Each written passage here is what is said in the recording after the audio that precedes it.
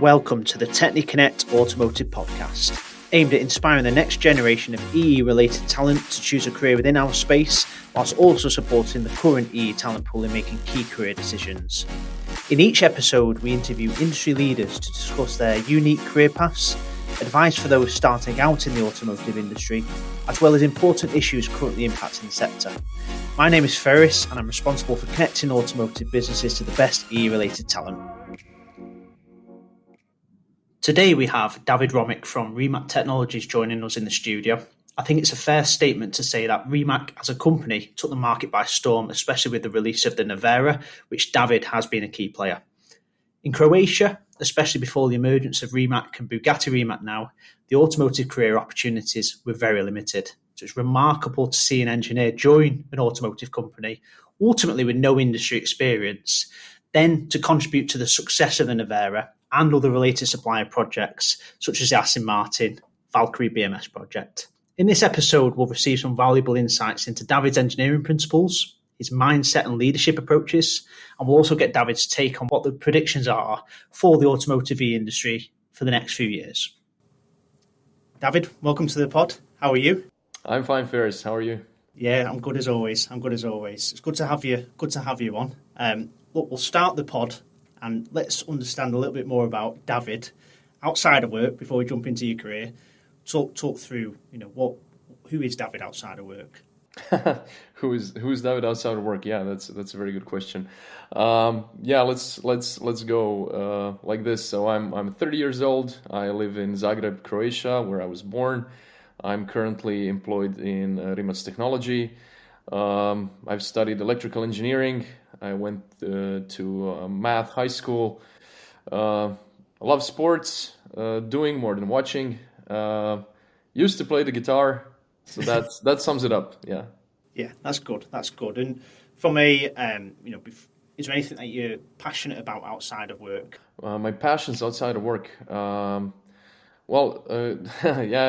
remember when we had a similar conversation, what it is that you do, like what are your hobbies? I remember saying like a lot of my hobbies are now prepended with like I used to play the guitar, I used to be in a band, I used to run, I used to play basketball and stuff like this. But nowadays I guess it's mostly stuff like travel, hanging out with friends, going to the gym, some sports activity here and there.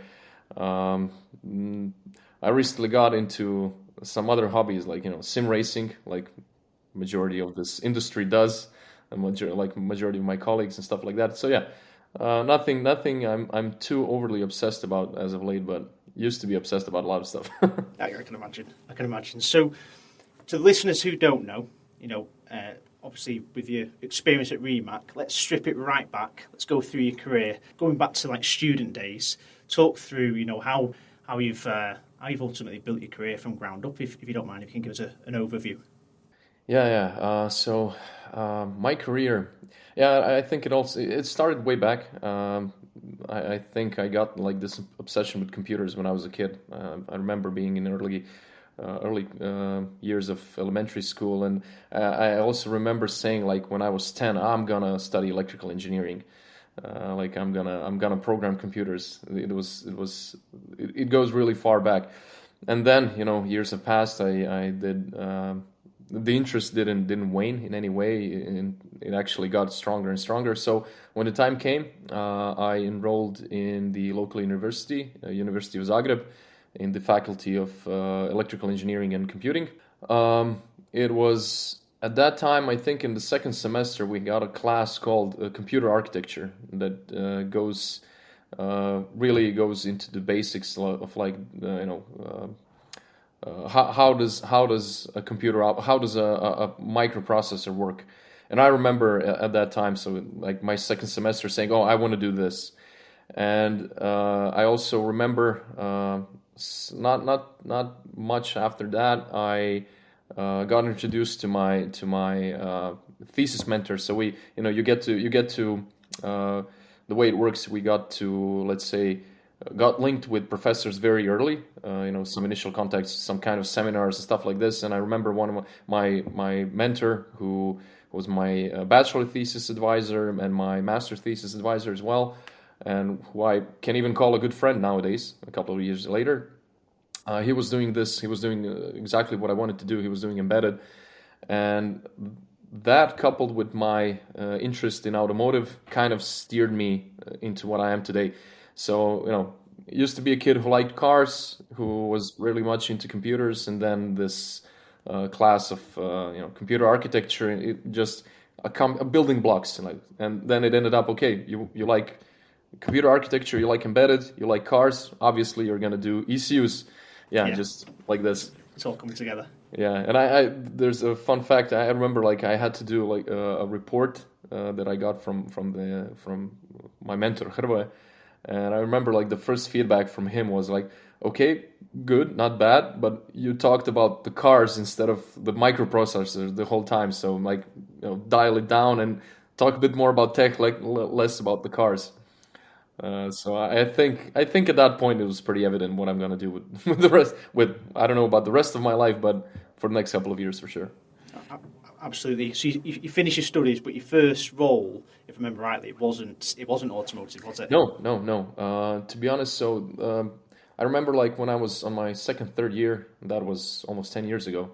I got to thinking. So okay, also one other fun fact. I'm a big fan of a BMW. And I thought, okay, so I'm gonna study. I'm gonna move to Germany, to Bavaria, and I'm gonna work from BMW. And then I kind of gave up on the idea. I said, I don't want to move from Croatia. I don't want to move out of Croatia. And then I worked in IoT in a really, really cool company that grew also since I left. So my first job was in IoT, in kind of industrial, let's say. It's about that time that Rimac was kind of taking the stage, so to speak, and I was still, I'm gonna admit this, I've said it before, I was kind of skeptical, like making cars in Croatia, like really, that doesn't make a lot of sense, like no one did that, like No. the last car made in this region was Yugo, so as I said, I was a bit skeptical, but then sometime I got a message on LinkedIn from our HR team from Sara. So I have to shout out to Sara. She's the main culprit for what I am and who I am today. Absolutely. I owe a lot to her. So I got the message, and I remember like, okay, I'm gonna. It's a small country. It's a small industry. I'm gonna meet the guys, and I was blown away. I remember going there. It was October of 2017. It was a late night meeting. The company was empty. I was greeted there by Sara and Matija Renic. Matija was at that time, he held my position. He was the head of embedded software. Nowadays he's a chief engineer for Nevera. And Matija won me over. Like, he had me. The moment he spoke, he started talking about what does Rimac do. So we from outside, bits and pieces. Like at that time, there was only Concept One. You heard about some kind of projects that they were doing about some OEMs, but like nothing was really making the news or anything. And then seeing it from inside, I was blown away, and I made my decision then and there. I didn't tell them. I played hard to get, but in truth, at that meeting, I said, okay, I'm going to work here. I like it. This is really cool. Brilliant.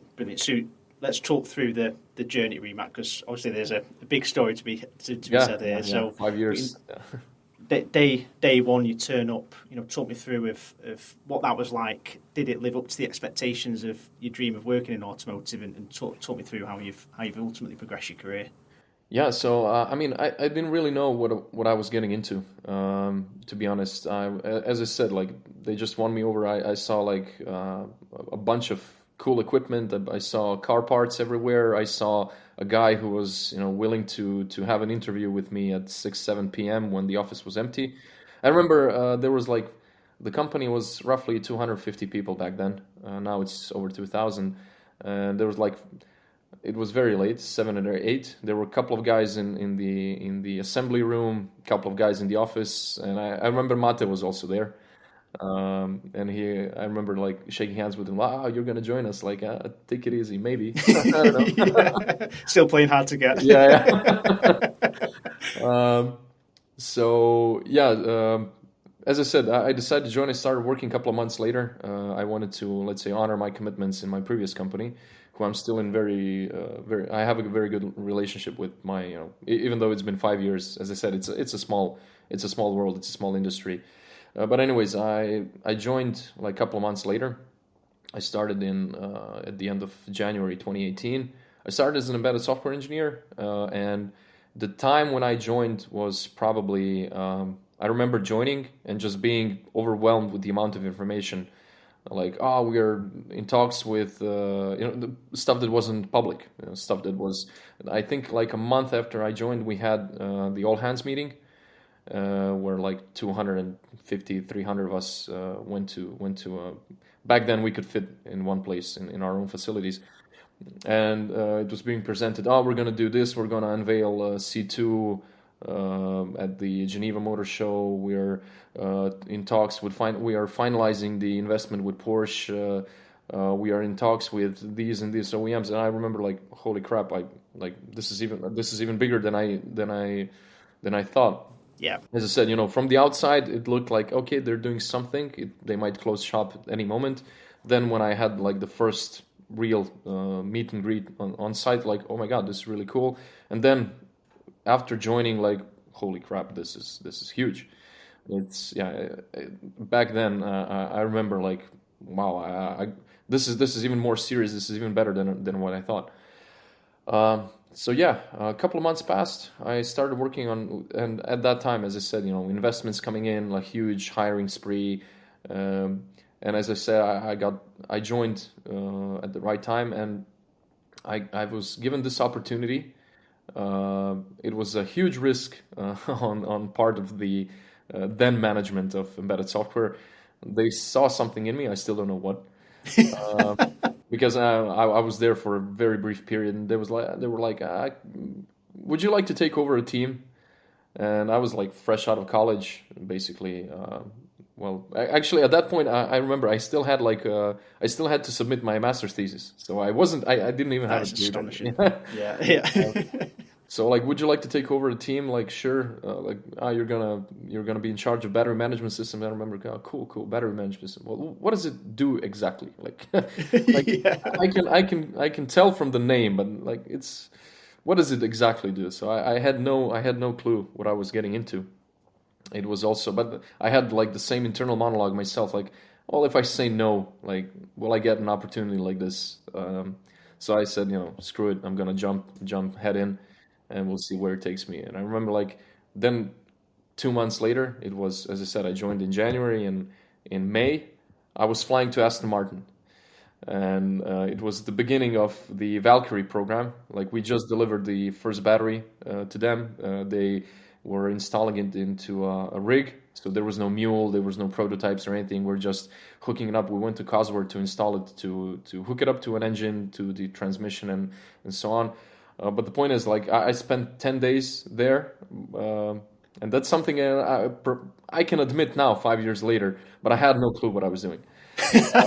I just had, it was what we call like a fiery baptism, basically. It's like you either come alive or you say goodbye. Yeah, Yeah. absolutely.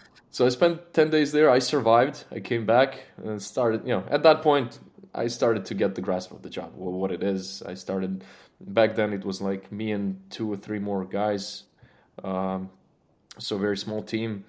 Um, and then, as I said, the ball got rolling in the investments, other projects. We started like a year later, we got an investment from Hyundai.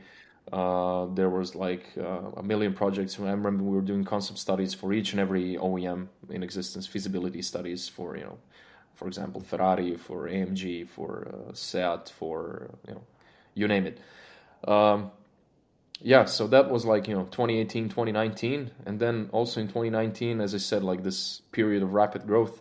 I think so when I joined, it was less than 300.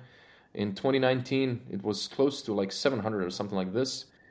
So, doubling basically year over year. And then another restructuring, and then another opportunity. I guess they were satisfied with what I did. And in 2019, yeah, in 2019, I got asked by my manager back then. I mean, my manager, who's still my manager, same guy who. So Tomislav, you know Tomislav, right? Tomislav asked me in 2018, "Hey, do you want to take over the team?" And then in 2018, "Hey, do you want to take over the department?" Um, and I again, same logic. I said, "Well, if not now, then when?" I'm gonna learn it if I if I'm gonna figure it out. And it was back then when so it was in the middle of 2019 uh, when we were assembling the Nevera prototype. I remember that vividly. Is when I also took over embedded software development as a whole. So up until that, I was in charge of the battery management systems, and then, as I said, I got responsibility, a bit more responsibility with the powertrain development. So traction inverter, there was onboard charger as well. What was low voltage ECUs, body controllers, vehicle control, chassis control, stuff like this. Integration of the components, things I knew honestly back then. Also, I knew very little about that. But what I was lucky is that I had a very good team, young team. We were all just a bunch of, as I said, I'm 30 now, so 4 years ago I was 26, 27. Yeah, it was like took over the department of 20 something people, but I was lucky that um, I had team leads. I had the guys who were very enthusiastic, who are still in the department today. So we are, let's say, a very mature team. 4 years later, still the same people running the things. We grew a lot. We quadrupled since 2019. But let's say the leadership, the management it stayed solid. So yeah, that's what made it easy. To be honest, is that I had confidence that with the guys and girls that I had in the team, the other managers, that we can grow and deliver everything that was expected from us in the next 4 years. It was tricky. The all the way, well, up until today. It's always challenging, but 2019 and 2020 especially, and 2021, it was tricky. We had this huge growth. We had to deliver on several projects. We signed a lot of new projects. Nevera was entering series production, so we started delivering. The cars actually went through 2020 and 2021. They were doing a lot of test runs all over the world, and in 2022 we delivered the first cars to our customers. And now we are rolling this out. We're still trying to figure it out, still trying to close up all the gaps, roll out all the features that are missing, and so on, while growing, while improving things, and so on. So yeah, it was very tricky. So I also want to say shout out to my team, shout out to everyone, to the team leads. They did an amazing job, made my job that much easier. Looking back at that period, because so much has happened in such a short space of time, and then the bring up of your skill set has been huge acceleration. But if you were to look back now, what's the key achievements? If you had to give your flagship moments, what are they for you? So I would say, working in a startup, it's different than working in a bootstrapped or a company which is growing slowly. Back as opposed to one like us, we are VC backed. We had like a lot of investments. We had exponential growth. So you can't really rely that you will be trained for the job that you're taking over. So this should be an assumption that if you're starting your job in a startup, you're gonna have to learn at the job. And especially startups are full of young people. As I said, I joined basically fresh out of college, as did most of my team, as did most of everyone. I think at one point, like the average age of the company was 27, 28, something like this. And it was a 300 people strong company. So you don't really, and coupled with the fact that there's no automotive industry, like the last, as I said, Yugo was the last thing that was built, that was engineered here. So you have to rely on your teammates, that they will get the job done, knowing full well that they also don't have the necessary skill set. They don't have experience, not even like they don't have They haven't passed the test of time. I mean, all of us, we haven't passed the test of time. We haven't been doing this for 10 years, and this is the first time we've been entering into this industry. So automotive for us, everything was new. So as I said, it's not for everyone. You have to be honest to yourself if you're considering working in a startup. It's going to be tricky. So we had some colleagues who left. Obviously, not everyone stuck around. Not many people said, "Okay, I don't want to do this. I want to have a bit more structure in my life." That was like for the ones that left. That was like the biggest I would say reason. The chaos. It's true. It's nothing to run away from. If you grow a company from 0 to 2,000 people in just a matter of years, there's going to be chaos. Luckily, we've managed to like grab the tiger by the tail finally, and we've invested a lot of time in a lot of time, a lot of energy into reducing the chaos. It's still a bit more chaotic than you would find in other companies, but going back, so that's like the necessary context. So your question, like, what are the moments? I would say, as I said, you'll get a job, you'll get a task, you'll get a project, you'll know very little about it. You have only yourself, and you can rely only on yourself and your team to figure it out. And that's basically it. You have to just power through it, work through it. And I would say, in this crucible is what builds you in a startup. Like handling the unknowns, scaling the company, like bringing in 1 million people. There isn't really a recipe on how to achieve this. Honestly, it's a matter of survival. It's a matter of grit, I guess. Yeah. Yeah. It's mindset. Yeah, but yeah, mindset, exactly. So you tend to hire. It starts with one crazy guy, obviously. He hires people who he thinks are similar to him. Then those people in turn hire people who are similar to them, meaning like this culture. Let's say this. Let's like just do it. Let's do it. Let's not think too hard about what can go wrong. Let's focus on what we want to achieve. You get burned a lot of times. You mess up. You spend a lot of time fixing the mistakes you made. But yeah, it's basically mindset, and when you manage to achieve it, then you get to when you close a certain chapter, a certain milestone, a project, whatever, then you get a very very brief moment in time where you say, okay, let's do a little retrospective and see what did we do right, what did we do wrong. Try to write it down and learn from it. Yeah, so that's basically it. Yeah. One thing we touched on previously, which I think is really impressive, is not just hiring correctly, but to scale a team within such a short space of time, retaining people, which is equally as hard in this market, whilst also having a high performing, and it's a demanding culture. How have you balanced all of that? Because that's one of the hardest challenges for anybody in the. Yeah, so it was extremely difficult because I think in 2019, as I said, there was like 20 of us. In 2021, there was like 30 maybe. 2020, sorry, there was like 30-ish, something like this. And then COVID struck, lockdowns, people, you weren't really looking to relocate half over Europe to Croatia, of all places, to work on cars. No, No. Told me if you told me let's do microchips in, I don't know, in Bosnia or Slovenia, and I have to move from UK. Same applies. It's like this. Like, why would I go to Croatia to build cars? Why would I go to Slovenia to work on new processors? No disrespect to Slovenia.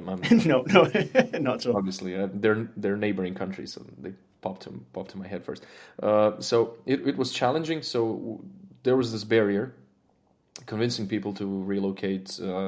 Remote work was started like 3 years ago. At that point, like remote work was suddenly mandatory. People liked it. People started demanding it. We had to adapt to that as well. But to be honest, what we noticed is that we didn't struggle too much. I mean, better than anyone. We worked together on scaling the team and hiring for the past 2 years, I think. How long has it been? Yeah, something like this. As I said, you knew when we talked to the candidates what attracted them. We were building something new. We have proven it up to a point. So people saw test drives, people saw journalists driving the cars. They knew if they were following the industry. They knew that we were developing the battery pack for the Valkyrie, for example, the infotainment system as well. That we were, I don't know, doing a lot of cool stuff like the electrified Jag. That was one of the one that, well, Prince Harry and Meghan drove on their wedding. That one, that was we were involved in electrifying that one, so the battery pack and inverters and everything, stuff like that. So we got this. So even though this is maybe not the strongest brand, we managed when we started talking to people, and they were like, "Oh, I know you guys. Like you do that cool stuff with electric cars. You do hypercars," and they were willing to. So as I said, they were enthusiasts. It was easy to bring them over in 2021. But for the past year, scaling aggressively as we did, so I think we doubled essentially in the past 12 months. So from 40 people to 80 people. Now that required a different approach. Now you're looking to hire 35, 40 people into the company. You don't achieve that with someone saying, "Oh, you guys, yeah, I'm gonna join you guys." Then you have to sell them the story, sell them what they're going to do, present the projects and everything. That was difficult. That was difficult for us in terms of just interviewing a huge number of candidates, but it was difficult as well to integrate all these people into an ongoing project, into a company that also doubled in size. And as you know, if you've been following, for our viewers, if they've been following the story, we had the merger, the joint venture with Bugatti, so that we had a company carve out. We carved out the OEM part of the business and merged it with Bugatti. That is now called Bugatti Rimac, and the remaining part of the company got rebranded as Rimac Technology, the tier 1 part of the business. So it was again, it was a huge mess. It was very difficult to achieve on all fronts. A lot of stuff was happening in the background that I was not even aware of. I know that our legal teams all over the world, Bugattis, Porsches, Volkswagens, ours, they were trying to figure this out, absorb this engineering talent and production talent that came with Bugatti and Volkswagen. At the same time, we had to shift the way that we worked. So previously it was just a bunch of departments within a single company. Now we're 2 companies, etc. And all the while adding, hiring more and more people to meet the demand to really deliver. And I'm gonna go back again. Just a huge role here was played by the existing 40 people who stepped up. As you've seen, we draw on a bunch of guys and girls from the team to conduct the interviews, to screen the candidates, to onboard them, and then once they started, the teams had to. If team leads were managing 5 people by the end of 2022, they were managing 10 people, so they had to deliver on the project and onboard these 5 people to make sure that they're not frustrated in coming into a startup, which the startup culture, at least in that regard, it's still present. We're fast moving, we're growing, we are still young, trying to get things done. There are, of course, missing processes, missing gaps. We don't have the luxury of having one person joining a 5-person team and then being onboarded for 3 months. That's a luxury we cannot afford. That's a process that we don't have set up. And if I'm being honest, I don't think we are aiming to have that, at least for the foreseeable future.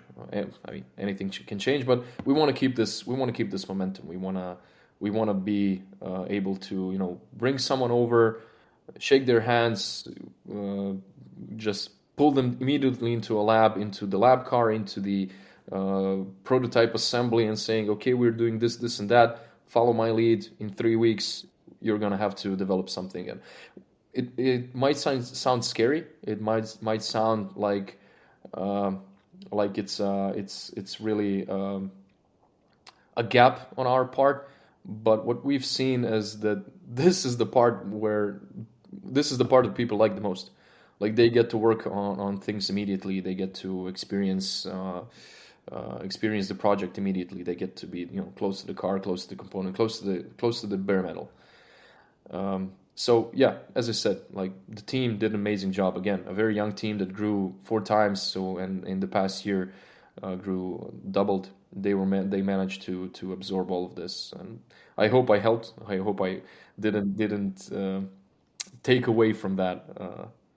I think from an outsider looking in, I think one of the USPs I've seen, and you've touched on it today, is 26-year-old David comes in and is thrown into Aston Martin, working on a BMS development project. And I think there'll be a lot of engineers that are coming through, looking at their own individual careers. We've talked about it behind the scenes a little bit about the engineering fundamentals, but if you to go back to helping David when he was still in college and he was coming through, based on the successes you've had, based on the struggles you may have had behind the scenes, what tips would you be giving to the younger generation coming through now? Because I think there's a lot of inspiration to be had that you were chucked in the deep end and you managed to really fly with it, as did a lot of people in Rimac. And I think that's what makes you very, very unique as well. Yeah, so I wouldn't advise anyone to follow my student days, follow my footsteps there. I have to mention I wasn't the best student, to be honest. I had these periods of I got away with it in elementary school and high school, and I thought I'm gonna glide through college as well, and then I hit a brick wall, and then I had these ups and downs. First year went okayish, nothing to be proud of too much. On second year, I hit a wall. I hit a wall. I realized, okay, I have to sit down and study. This isn't going to be easy. And then I had the misfortune of failing a couple of classes, and that was a wake up call. And as I said, at that time, I got in contact with my mentor, Hrvoje Đapo, who is a professor at the Faculty of Electrical Engineering and Computing.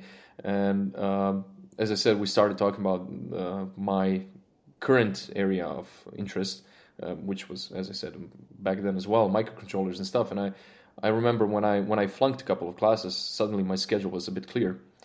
I had more time, and I said, okay, I can spend my time watching TV and just dealing with the remaining classes, or maybe it's probably a better idea to use this misfortune to rectify the previous failures. So I remember shooting him an email, say, "Hey, Hrvoje, like I have a couple of I have free time.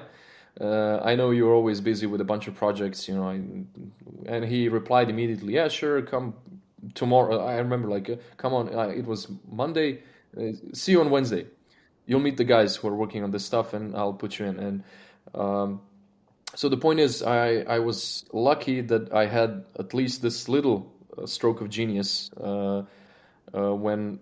while I failed, in a sense, I said, okay, let's try and fix this. And I did the best thing possible. I focused on finishing, focused on the classes, which I had my workload lowered.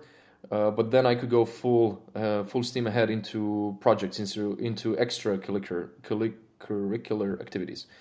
I think that was the defining moment. When you have to put certain things that you learned and a lot more that you haven't learned into practice. So basically, it's Rimac's light.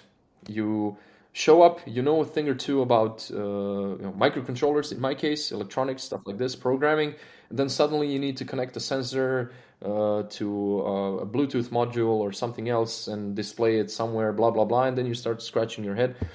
And you have a couple of colleagues from college working on that as well. You exchange ideas. You spend some time in the lab. You hit a wall. You figure it out, and so on. So I think that was that is the main change of habits. I would say that was one of the foundations, the cornerstones that I then took into the work as well. So the first company, the second company, so I did student jobs here and there, and then I got employed into that IoT company, which is called Byte Lab. we were also exploring. So the point is, if you are able to build this kind of, let's call it curiosity, that when you don't know what you're doing, you're not an expert, it's something completely new. I mean, everything is always new when you're doing engineering, but if you have like zero knowledge of the area that you're trying to tackle, I think that's the most important thing. So, as I said, no one should no one should look at my student days to say, well, this is what I should do. But if Yeah, there is one thing that you should do, that everyone should do, is try to do actual work. Try to, lab exercises are cool, but it's a laboratory environment. Try to step out of it. Try to step into the real world as far as possible. So, and I would say that there is a huge opportunity to do this in Europe and in Zagreb as well. It's called Formula Student, and that is one of my biggest regrets. So, and I want to say this: it's hard to have regrets. So I'm happy with where I am and where I ended up. absolutely. Yeah, so I don't want to talk too much about regrets because every mistake and every wise decision led me to where I am, and as I said, I'm content.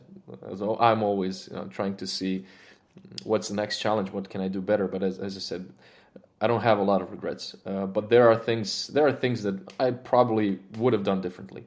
And Formula Student, if you want to do, if you're into automotive in any way, that's perfect. That's like the most amazing thing you can do with your time while studying, is you get to put into practice, and you have to do like it's a mini company. You essentially have to do project documentation. You have to engineer something that you have no idea about, and then you have to place one of your colleagues in the cockpit to drive that thing around, going like up to 120 kph. It's not easy. So what I'm saying is project work, and a special mention to Formula Student. I think that's an amazing project if you want to do automotive. If you want to do something else, any kind of industrial, I'm sure there are similar projects to Formula Student. Looking at some of the really good engineers out there, some of the technical leaders, some of the chief engineers who've done really well in the space. I think even we've discussed it when you engage with engineers. You look at that blend of skill set, fundamentals of engineering, what they're bringing to the table, but equally, how key would you say mindset and culture is within a company? There are a couple of those cliches that get thrown around on LinkedIn a lot, like when choosing a company, choose your first boss, right? So to expand, there's a little bit of truth there. I mean, a lot of, but I hate those cliches because they're cliches. But the Yeah, point is, the culture of the company, and let's say the pace that things are moving inside, they're very important, I would say. For me, so not gonna say bad things about some companies, but there are some corporations. I mean, all corporations eventually. So I'm pretty sure at a certain degree, it will happen to us as well. But they get a bit slower. It becomes a huge system. For me, I decided that I don't want to be a cog in a ginormous machine. That I'm completely unaware of things, that things are moving slowly. I wanted to be thrown into a fire. So if you're looking to, and going back to what I said, it's not for everyone. I'm not saying that everyone should work at a startup. Far from it. Maybe if you want peace and quiet and a good work-life balance, a salary, whatever, there are companies who do amazing things where you will work in a bit more controlled environments and so on. But if you like chaos, like I do, then join yeah, a startup. Join a startup, and then you will spend a couple of those years building inside of chaos and helping to reduce that chaos, and essentially building the things that you claim not to like. In my case, you help to build a corporation. I'm joking, of course. We're not a corporation. We are, but we still have that. We still have that spirit. We still have that culture. So these things are very important. Like where you're going to, whether you want it or not, you're going to be influenced by the people who surround you. And if you spend like 8 to 10 hours a day working with some of the colleagues, with your colleagues, and the atmosphere there is non-ambitious, you're going to blend in. Um, so yeah, again, without sounding too pretentious. I would say that, at least for me, I had this aha moment, so to speak, where I said, okay, you know what, I want to go into cutting edge, where I know nothing, and I might get fired for not knowing anything. But no, it's a cheap risk when you're 25. Yeah, and to be honest, it's a cheap risk when you're 30 as well.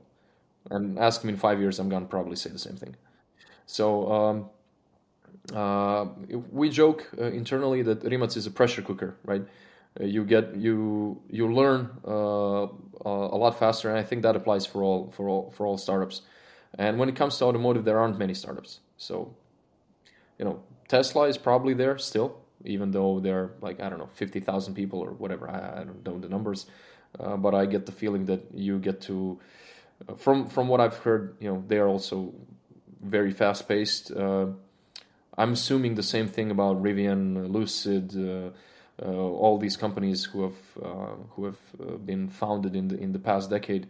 I'm assuming all of them are pretty fast paced, where the opportunity to learn and to grow is humongous, which is ironic because you're going into an environment that is completely unprepared for what it's facing. So Rimac in 2018 and especially in 2013 and 2011, it at every step up until a couple of years ago, we had no idea what we were facing. We had no idea what was around the corner. And as I said, in those kind of environments, I concluded that you grow the most, because all you have, you're in the trenches with your colleagues. You need to solve problems. You need to find a way out. I totally agree. I know that all the project timescales are a lot quicker. You as an engineer, with the ownership that you get on things, is so much quicker as well. So. Yeah.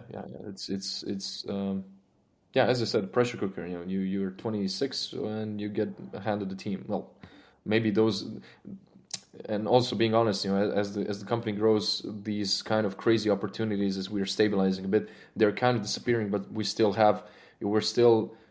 it a bit. Okay, now it's not maybe management, but if you're a young engineer, you are entrusted with a system. So we have people who just joined the company, who've been working on something. They've proven, they've demonstrated that they can handle a bigger chunk of work, a bigger responsibility, and you talk to them. Okay, do you want to accept more challenges? And they say yes. Fine, you're in charge of the rear powertrain. You're in charge of the key system. You're in charge of the cooling, etc. It's still happening, and that's the emphasis. I mean, if you're a person who, when asked a question, do you want to take responsibility for something, and your first reflex is yes, then definitely join a startup. Definitely join a growing company, because those opportunities are abundant. I totally agree, and it's great advice. If we look at the automotive, the motorsport industry, really keen to understand your perspective on that. What do you see that's up and coming? If people are going to enter the space now and they make a career decision to join it now, how do you see, especially within EE, how do you see from your perspective and what you know of what's up and coming? Yeah, this is the part where I usually start with a big disclaimer saying I'm no visionary. Yeah. Go ask my CEO. He'll answer those questions gladly. He loves to make predictions, which oftentimes come true in the form of a multi-billion-dollar business, euro business. But with that disclaimer in mind, the way I see it, so what you're seeing is software is becoming a huge part of the automotive industry.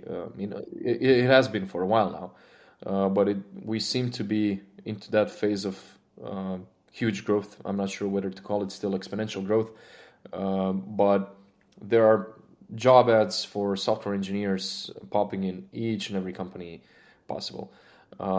At the same time, I'm not seeing reductions for mechanical engineers as well. I mean, the automotive business is booming because it's going through a revolution once again. So electrification is basically, we are. I'm not going to say we are. The industry is back when it was 100 years ago, but it feels like this. It feels like there is a huge disruption.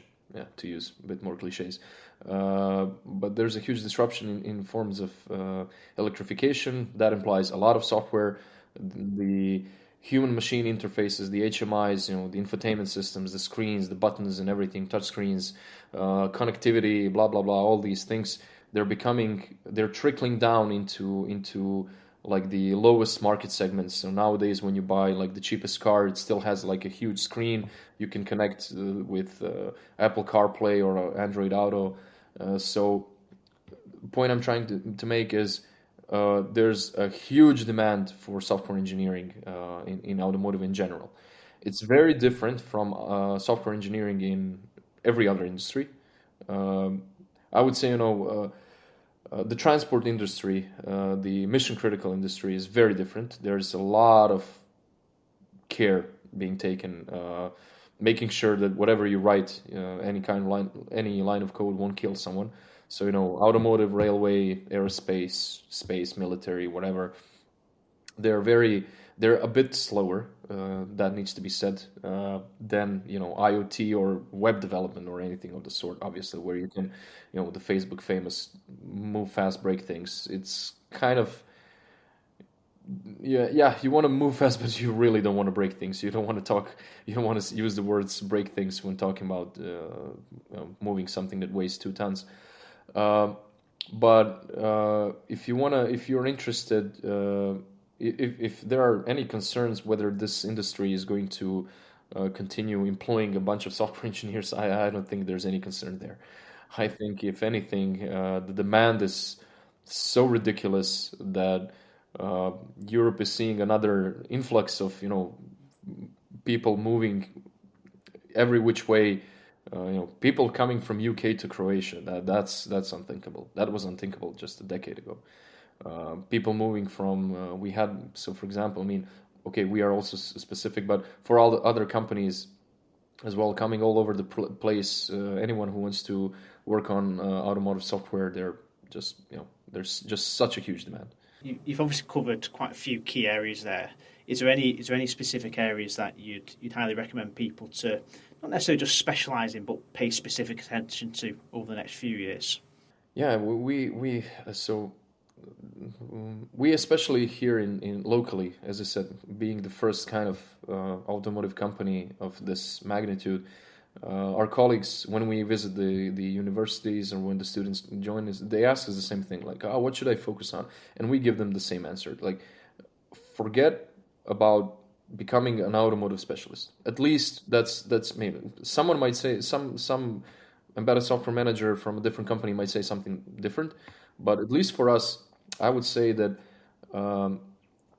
learning the domain, handling the domain is a skill that gets learned. Not easily. There's a learning curve. There's a period of time. But if you have your engineering fundamentals, if you're a good programmer, if you know basics of electronics, if you know basis of communication protocols, whichever they might be, if you mastered what you are being taught at a university, and you have any kind of real life experience, any kind of project that you did from scratch, that you did something that wasn't just dry university work, but even if you haven't done anything, even if you've just quote unquote did your job well at the university, grappling those basics of engineering, figuring out a domain is very easy. So without oversimplifying it too much, if you know embedded and you want to develop ECUs in an automotive company, it's not necessary that you know AUTOSAR, you mastered AUTOSAR, something like this. Like I would say any student that's focusing their time mastering AUTOSAR, I would say they're wasting their time, honestly,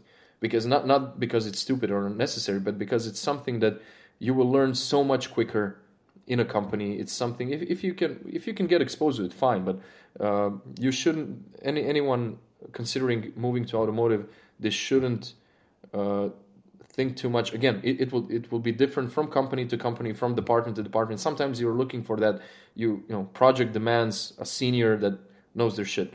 But if you are willing to take maybe a junior role or have some kind of a period where you're learning, I would say that if you have good engineering fundamentals, that you will learn and you will master the domain very quickly.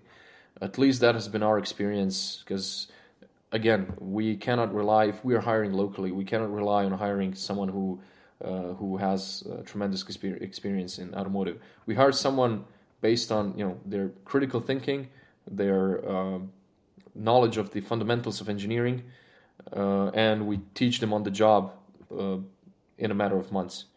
And they very quickly they get onboarded. Very quickly they pick up all the things. As I said, if you have good foundations, every building like a couple of walls on top of those foundations, it's easy. It's a unique philosophy, and it's really, really good advice. It's really good advice, and I think taking from that, it's wait until you enter the commercial world where naturally you can progress into a specialist, Yeah. rather than focusing on becoming a specialist before you enter the world, which is. Yeah. It's I mean, really personally, interesting. that was my mistake. As I said, I knew about Rimac, for example, and I wanted to work on cars. But what was, that mistake that I had back then was I was kind of scared. I noticed, okay, they're doing battery management system, vehicle control units. I know nothing about this. Why would they even hire me? Even if they hire me, they're gonna fire me like in 2 months. Like, where would I learn this? And that was, thankfully, it didn't last long. That mindset. But when I joined, they were like, "Fine, chill. Of course you don't know anything. No one does. Like that guy also, he doesn't know anything. But look at him. He's working on it. He's gonna figure it out in 2 months." And the same applied for me. Like a couple of months later, I got better. Then a couple of months later, I got even better. The same goes for all of our colleagues. So nowadays, when we have someone, students, I remember like one guy who joined in like I think it was May or June. A month later, I saw him in the prototype assembly room. Nevera was on a lift with doors open, with bonnets open. He was connected and he was doing something. And I feel oh my God, he joined like a month ago and he was already doing something. He got it. So yeah, use that example. Think of that guy who joined the company and a month later he was already doing something. Why? Because he was a clever guy and a good engineer. He wasn't a good automotive specialist. He was just a good engineer. Just a good engineer. Just a good engineer. Yeah. No, it's. Are you ready for your big $1 million question? So, key thing here. So, why develop a career within the automotive industry from your perspective? Everything you've learned, the journey you've been on with Rimac. Anybody who's looking to maybe come into this space. What's the big whys for you, David? Why do you want to go here? So, I would say. Without going again, trying to avoid too many cliches. Again, I would say if you're forcing yourself into it, then it doesn't make any sense. If you're doing it because I don't know, you think you're going to become rich or whatever, it doesn't really make sense. I think that advice applies for anything. Everything, all good things will come as a consequence.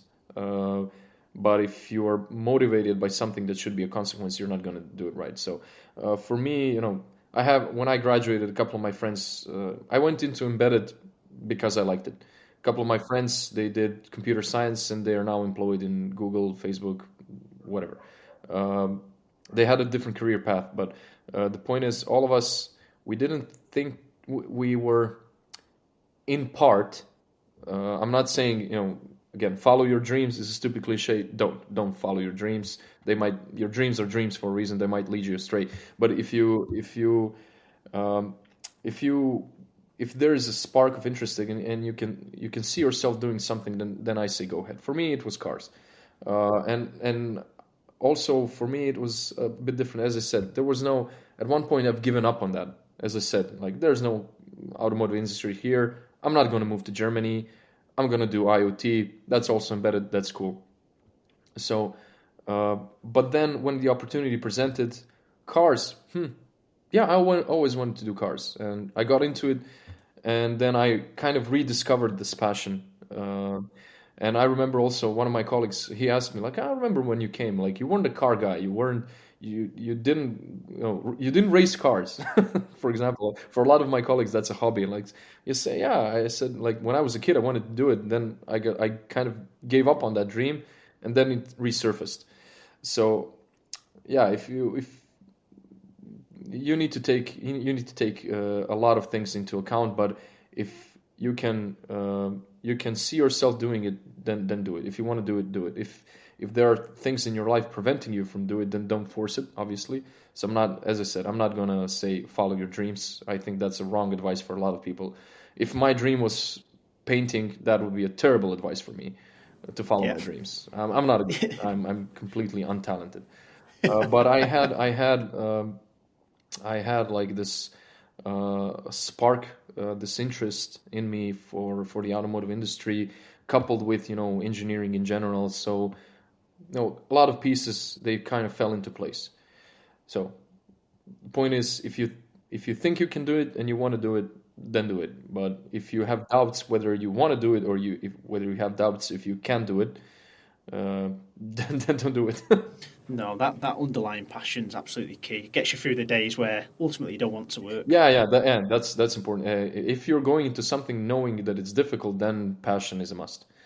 Because to be honest, as I said, back when I joined, not knowing anything, there were overtimes. There was a lot of things that would prevent lack of passion in a certain other area would have prevented me from going the extra mile, as we say. Yeah, obviously, trying to be a racing driver, then sacrificing that, and then playing a key role in designing the Nevera is not a bad compromise. Yeah. Actually, first it was a mechanic, then a racing driver, then enter into embedded. Yeah, exactly.